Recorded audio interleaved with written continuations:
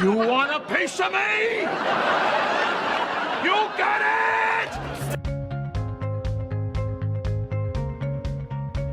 Number 30. Molly Shannon elevates the moment. Will and Grace.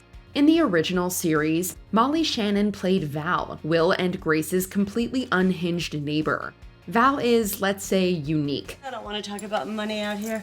Come into my apartment. We'll talk about it like normal people. Hey, come on, Jack. Not you.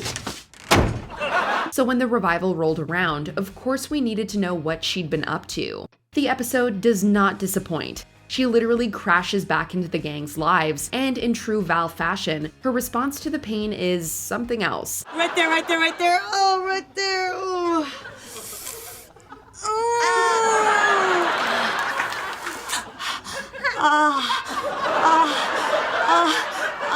The scene in the final cut is already hilarious, so it's no shock that filming it was that much funnier, as this blooper proves. Hurts.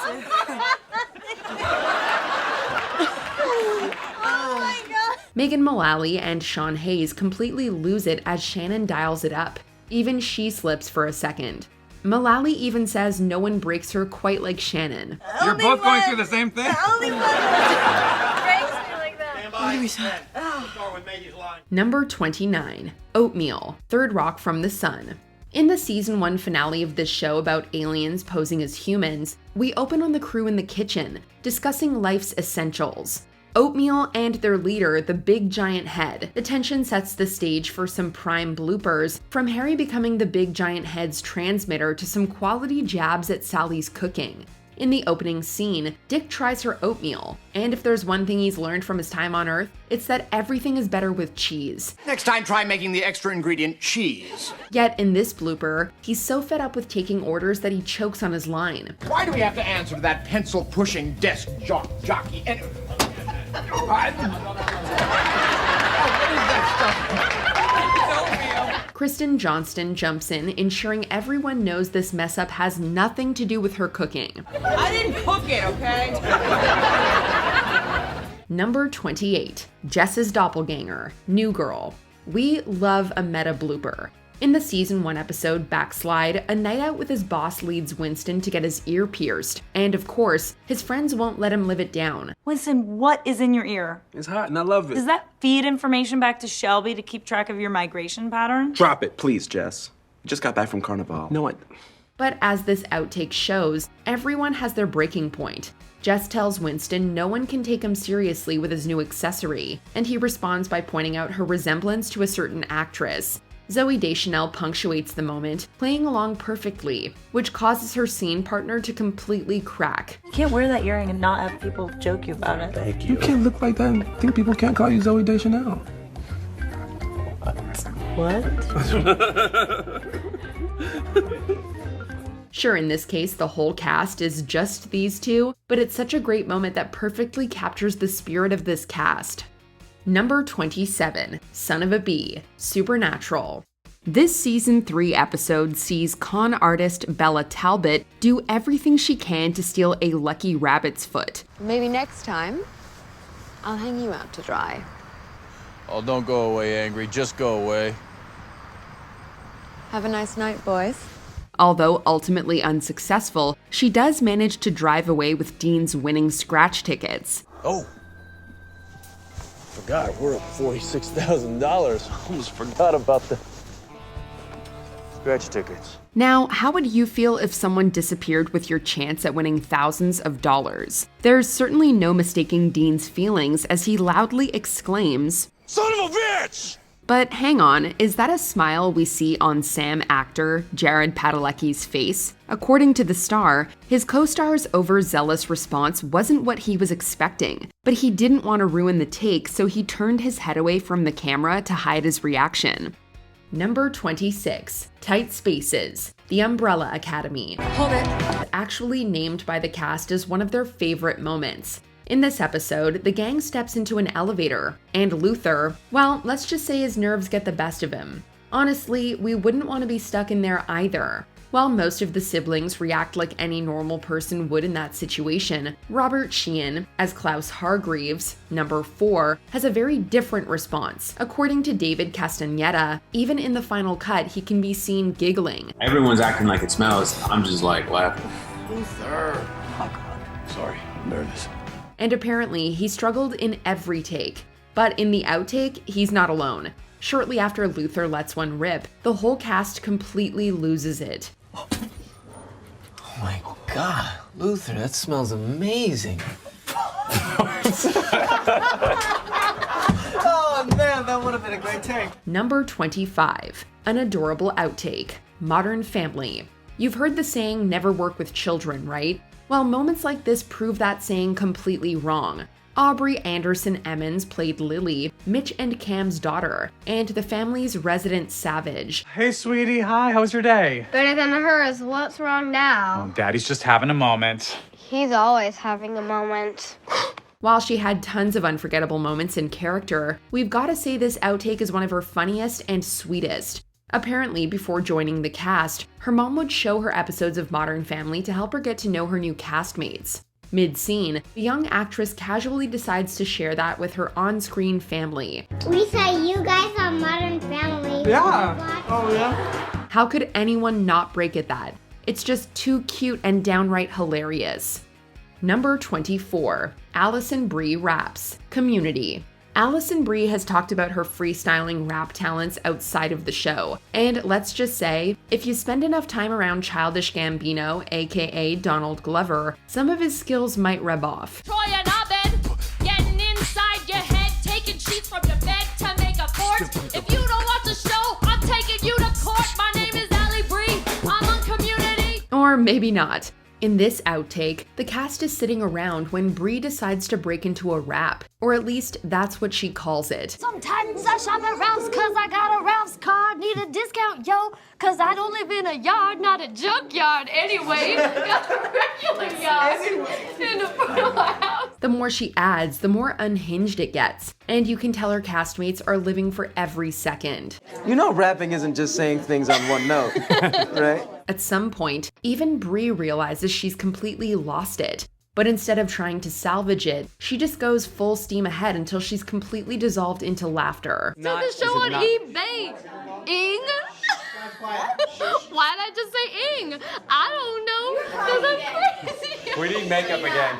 We need makeup. Number 23, Take Off the Mask, MASH. Even in this dark comedy about a mobile army surgical hospital during the Korean War, the cast found plenty of moments for levity. In one episode, a scene filmed in the OR gets interrupted to celebrate David Ogden Steyer's birthday, complete with a singing telegram. Wish for a very best birthday to you, and many more, and we love you, so there.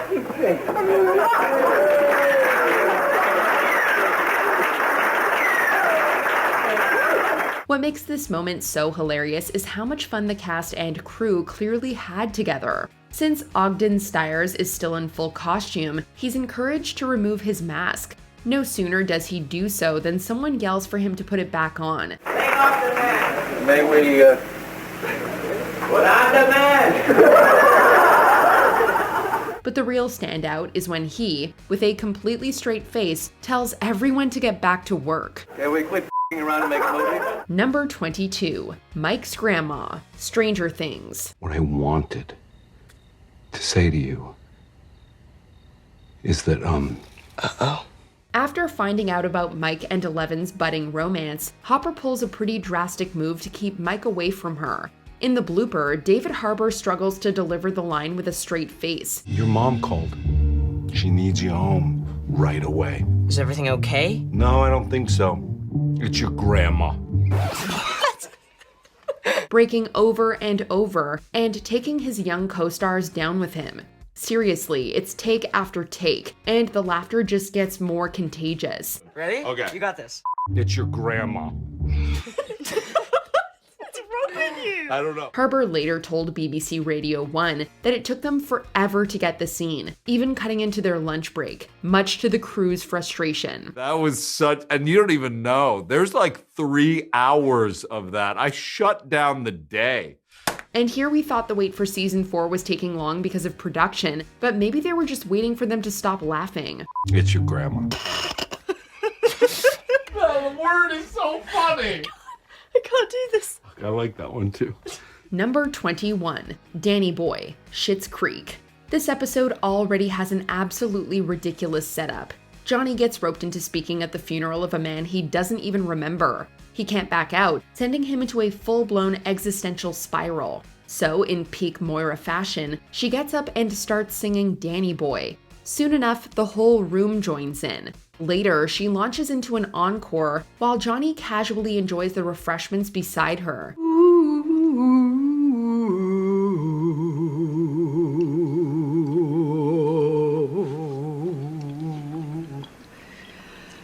Danny. The aired take is hilarious, but behind the scenes, it's even better. Catherine O'Hara either missed a cue or was waiting for a cut that never came. The pipes are calling.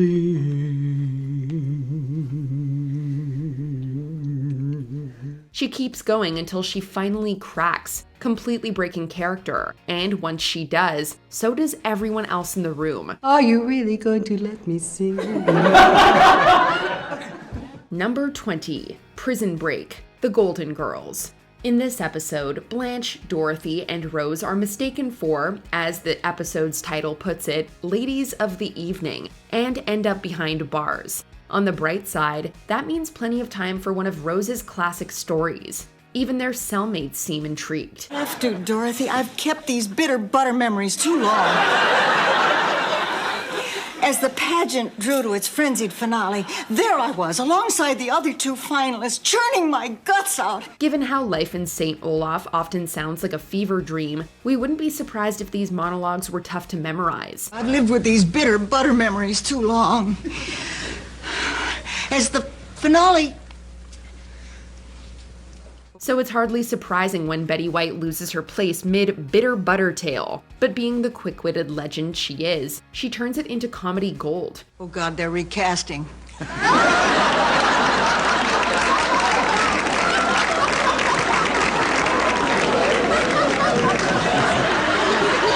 Breaking her castmates, including B. Arthur, which, if the rumors about their off-screen tension are true, is pretty impressive.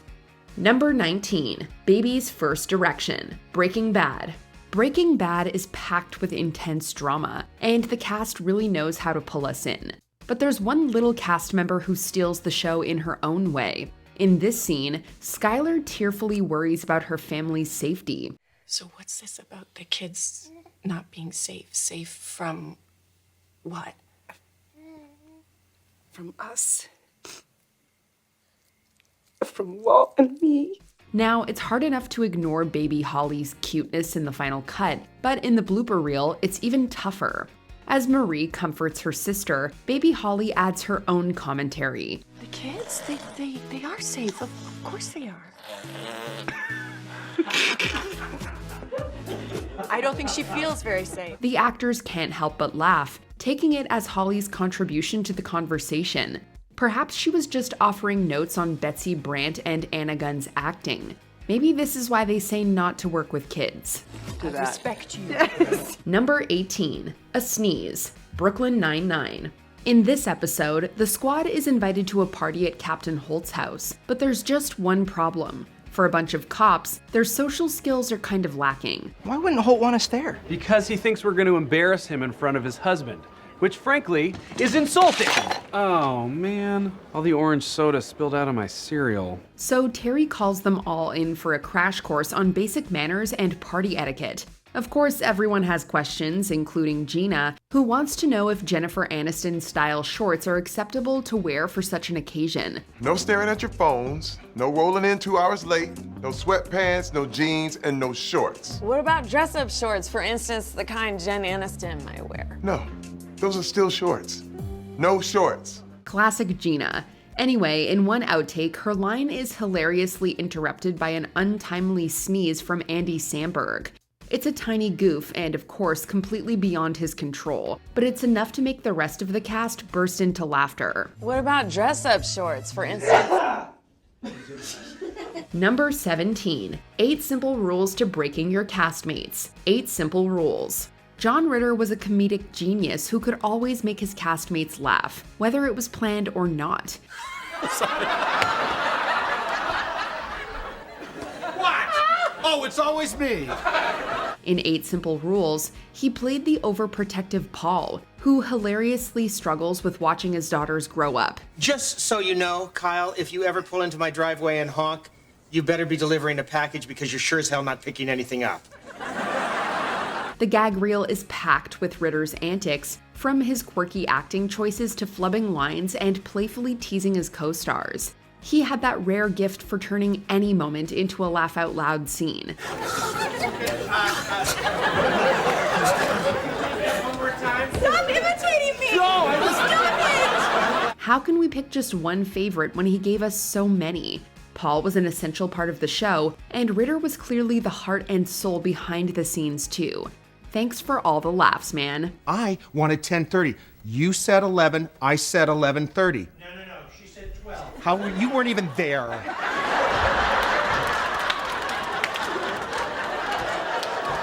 Number 16. Ted's Story, How I Met Your Mother. When Barney gets shaken by a blast from the past, he makes a deal with his friends. If they want him to spill his embarrassing secret, they have to share theirs first. He's especially keen to hear Ted's re-return story, but Ted's reluctant to divulge it and offers up a different humiliating tale instead.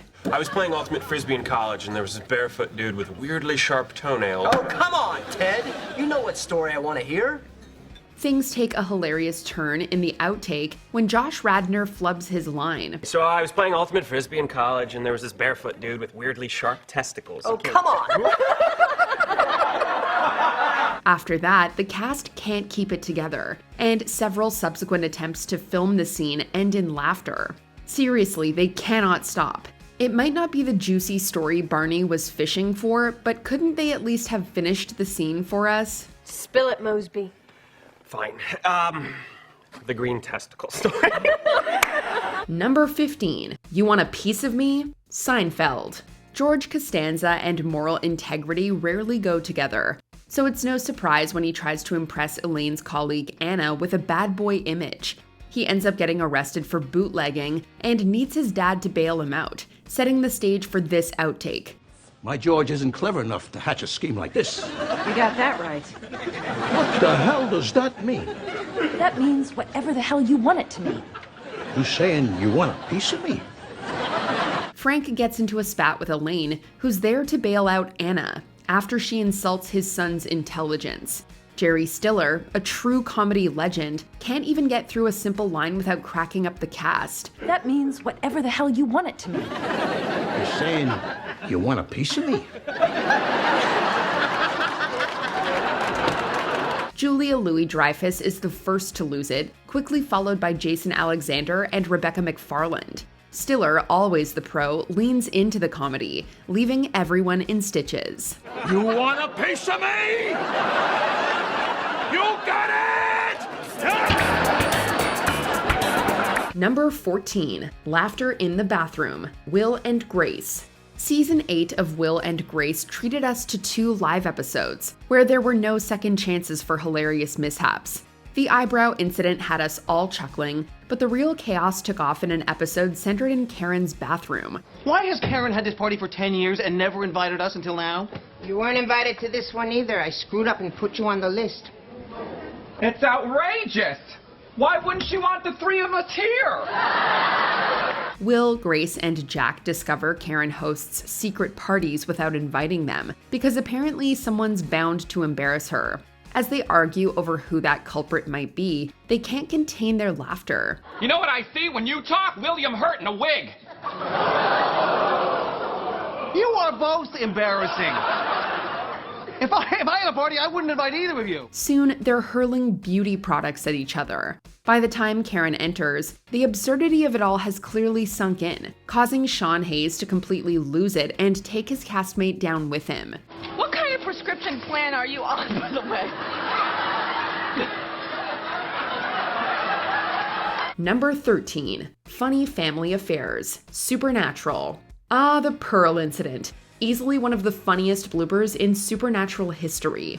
What's even more surprising is that it comes from one of the show's most emotional, gut-wrenching moments. In this episode, the Winchester brothers reunite with their father to pay a massive price to keep time from unraveling. What's meant to happen is Sam's supposed to crush the pearls.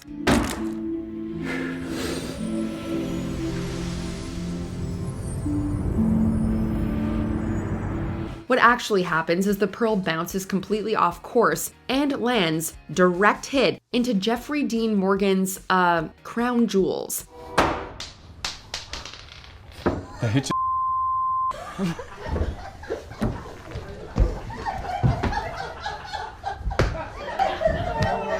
There's just no coming back from that. Jensen Ackles and Jared Padalecki immediately collapse into laughter, and you can hear the crew cracking up off-screen too.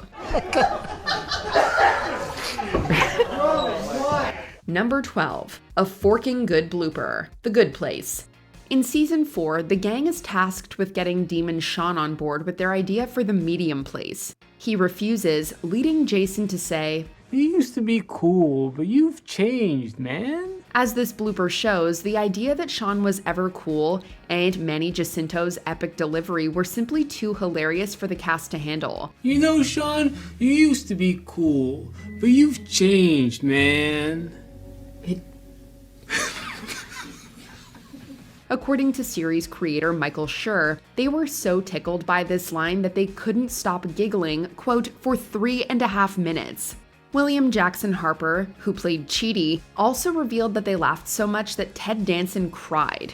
If you ask us, it sounds like the Good Place set is a forking great place to be. "You used to be cool, but you changed." Number 11, Carlton breaks the set, The Fresh Prince of Bel-Air. Speaking of fun sets, Alfonso Ribeiro, who played Carlton on Fresh Prince, once shared that the cast loved to entertain their audience to the fullest. On one memorable day, he asked the directors to focus on him because he had something funny planned.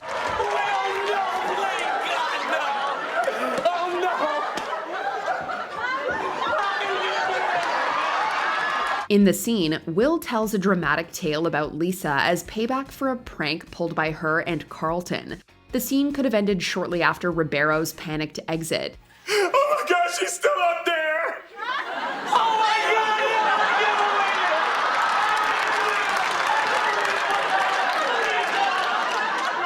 Instead, the actor indulged in a hilarious, over-the-top masterpiece that takes down his castmate, some extras, and the entire studio audience.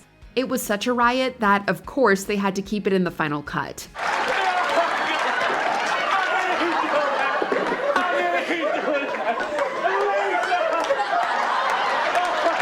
Number 10, The Dentist, The Carol Burnett Show. Tim Conway had a real knack for finding humor in everyday situations. We'll be seeing more of that later too. In this episode, he plays a freshly graduated dentist who accidentally anesthetizes himself, setting off a chain of hilarious mishaps. There'll be a little bit of pain, and then numbness will set in.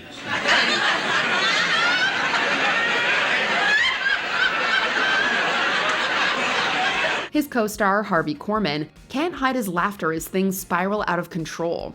Yes, in this context, the whole cast might be just one other person, but Corman's reaction alone is worth an ensemble of 1,000. Yeah, I'll be right with you.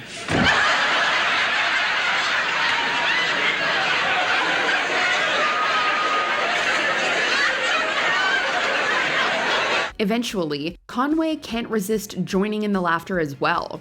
According to Conway, Corman found the whole thing so hysterical that he might have had a little mishap himself. Better look at it a little closer with the light.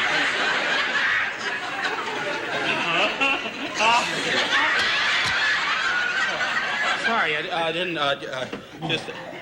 Oh, well, now that'll be $20. Number 9, Hot and Foamy, Frasier. The actual aired take that led up to this moment is absolutely hysterical. After reading their mom's notebook, Niles finally signs his divorce papers, only to later discover the Niles in her notes wasn't him at all. Oh my God, Maris has seen the papers. It's too late to take it back. Your reasoning was still sound. My reasoning? My reasoning was based on my mother's obsession with bourbon! He takes a moment to cool off, only to end up a little hot and foamy. In the outtake, as Niles emerges covered in foam, you can see his on-screen family members smirking. However, that's not what breaks them. Martin starts to deliver his detective expertise on the situation, but breaks down before finishing the line. You know what must have happened? My hot and foamy must have Soon enough, everyone else is laughing along with him.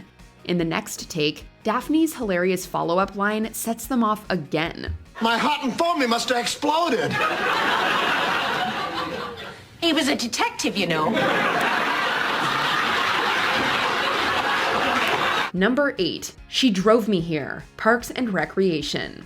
Ah, Craig. How do we describe Craig? Well, he's loud, a little intense, never shies away from voicing his opinion, and is very enthusiastic about everything. Craig Middlebrooks, Samantha in the boardroom, Miranda in the bedroom. I know it's not ideal, but it's who I am. This is my friend Madison. She's amazing, and she drove me here. He's also hilarious and a beloved addition to the Parks team, courtesy of actor Billy Eichner. In this scene, Leslie puts together a team to brainstorm ideas to improve community relations following the Pawnee-Eagleton merger. Craig introduces himself and his friend Madison, who drove him in. In the blooper, it's clear that everyone's getting a kick out of Eichner's delivery, and Aziz Ansari even eggs him on. How did you get here? Are you an idiot? She drove me here. Who did? Does anyone want to do shots? There's alcohol in here.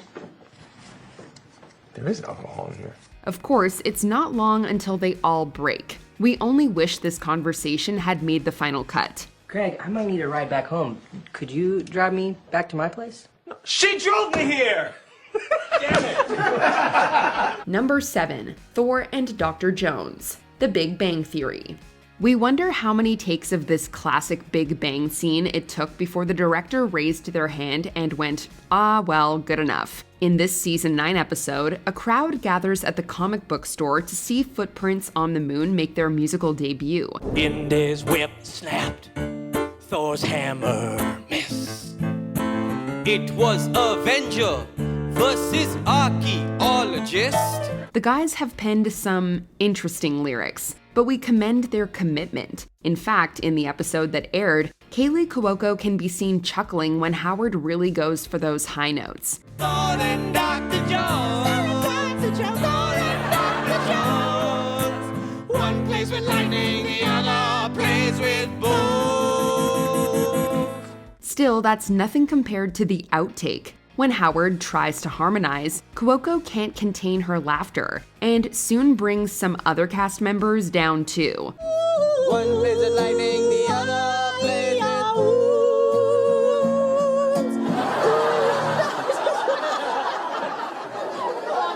with Number 6. Cricket Fakes It. It's Always Sunny in Philadelphia. Charlie and Mac are reunited with old friend Pete, but they're disappointed that he's more together than they remembered. So they turn to Cricket to help lure the old Pete out with what can only be described as an exorcism. Let's go through the basic beats, all right. Talk a bunch of Latin. Yeah, that's me. I'll fake it. What do you mean you'll fake it? You don't know your Latin anymore? No, don't worry about it. I can sell anything. There's just one problem. Cricket doesn't know the required Latin to perform such a task. Now let's cut to the outtake. Cricket waxes lyrical about the importance of faking it, and something about his co-star's reaction suggests that maybe this wasn't the dialogue they expected. They try to play along, but can barely get through a sentence without giggling. They're certainly not faking just how funny they find this scene. Sometimes you don't fake it. Okay. And it just ends naturally. Okay. Number 5. The Couch Gag, Boy Meets World. Eric spends this episode in an array of disguises as he seeks vengeance on Topanga. Don't you worry about Topanga.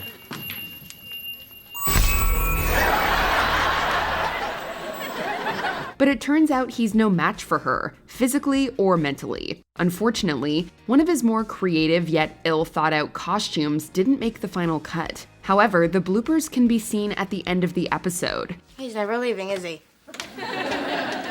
Never.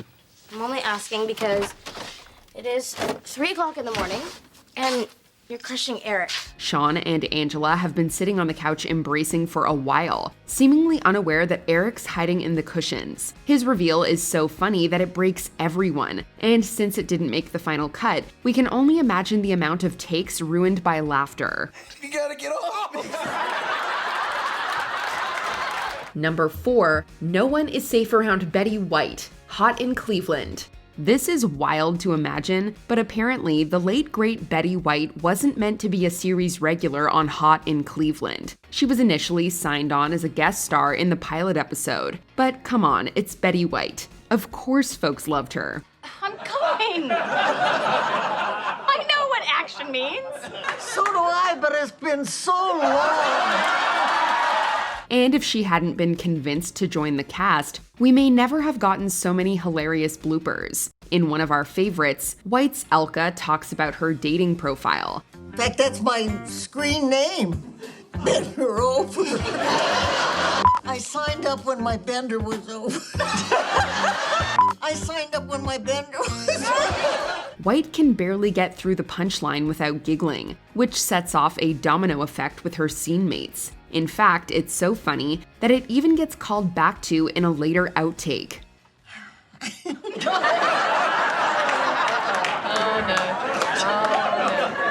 have a feeling we have another bender over. Number 3, Kitty's Dance, That 70s Show. In the episode, Kitty and the girls head to a club for Donna's bachelorette party. The usually wholesome matriarch unveils a wild streak when she starts grooving in front of the exotic dancer. I need room to roam.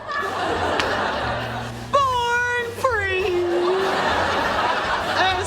as the something free. It's so funny that even in the episode, Mila Kunis can be spotted openly laughing.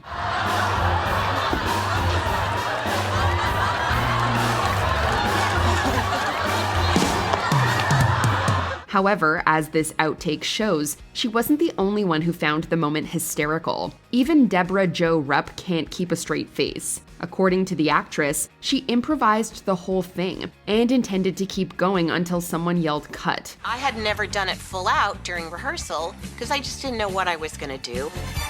So tape night, I did it full out. We imagine she would have kept dancing for a while, as everyone was probably doubled over and too breathless to call it anyway. Mila couldn't speak. Laura's behind me. They are collapsed in laughter, and no one's yelling cut. So I just keep dancing and dancing. Number 2, Ross plays the bagpipes, Friends. Ross Geller is at the center of 2 hysterical Friends bloopers that broke everyone involved. But before we pivot onto our pick, we just had to take a second to appreciate this moment.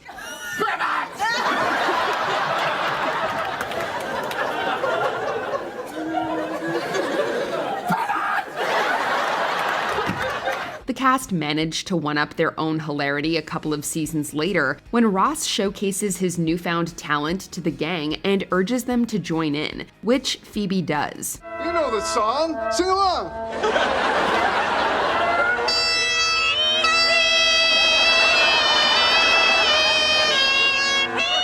In the aired episode, you can see that Jennifer Aniston struggles to maintain composure. However, she's far from the only one who catches the giggles in this blooper. We get it, we've probably watched this scene hundreds of times, and it never gets less funny.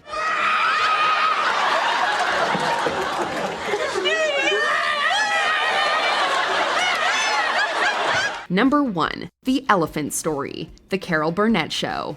According to Carol Burnett's memoirs, a golden rule of sorts on her show was that everyone should stay in character. I go around circling like that. That's why I thought it was so laughable at the time. But here's the thing, when something's just that darn funny, the rules pretty much mean squat. During this installment of the Family sketch, the group plays a game of password. Mickey Hart, played by Tim Conway, tells such a ridiculous story about elephants that everyone, including Burnett, struggles to maintain their composure. They was joined at the end. The more details he adds, the more they begin to crack. I kind of felt sorry for them. They couldn't go like the other elephants when they go. However, it's Vicki Lawrence as Mama who finally fully breaks them all. It's still one of the funniest TV bloopers of all time. Go on, Mama. You sure that little asshole's through?